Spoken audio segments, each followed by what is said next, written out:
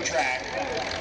They've got to set their speed by there. They go past that cone and you hear the horn, it's a DQ. So Vince Elnora on the Oliver 77 out of Bluefield. Good looking tractor right here.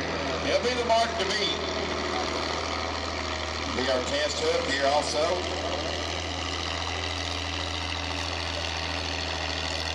Right, anytime now you hear the horn in the DQ.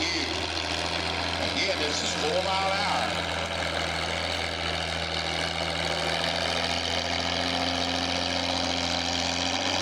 Good looking Oliver.